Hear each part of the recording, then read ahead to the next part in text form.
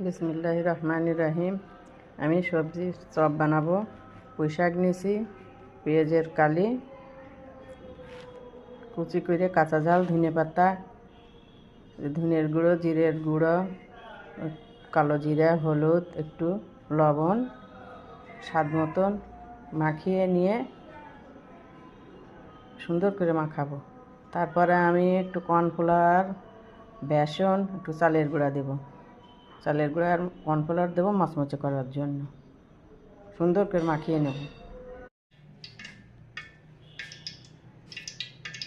তেল গরম হয়ে গেছে।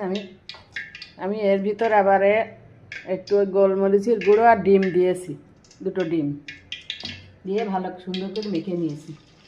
তেল গরম হয়ে গেছে। আমি এবার এইভাবে দিয়ে ভেজে নেব।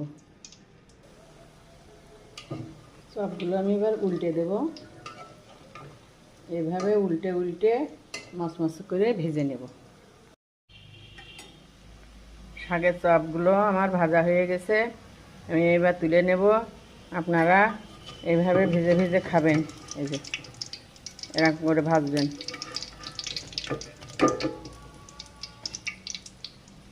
আল্লাহ হাফেজ।